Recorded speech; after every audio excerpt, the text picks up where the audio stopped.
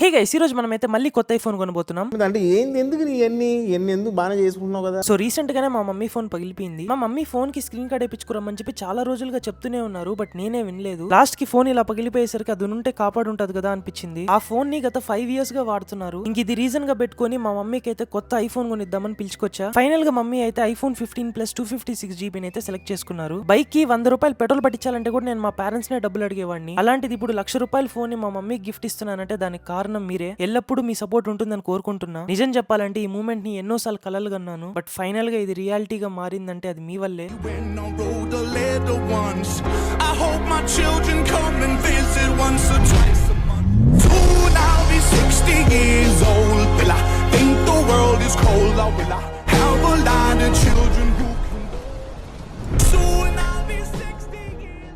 మీకు గనుక వీడియో నచ్చినట్టయితే లైక్ చేయడం మాత్రం మర్చిపోకండి, and please don't forget to subscribe.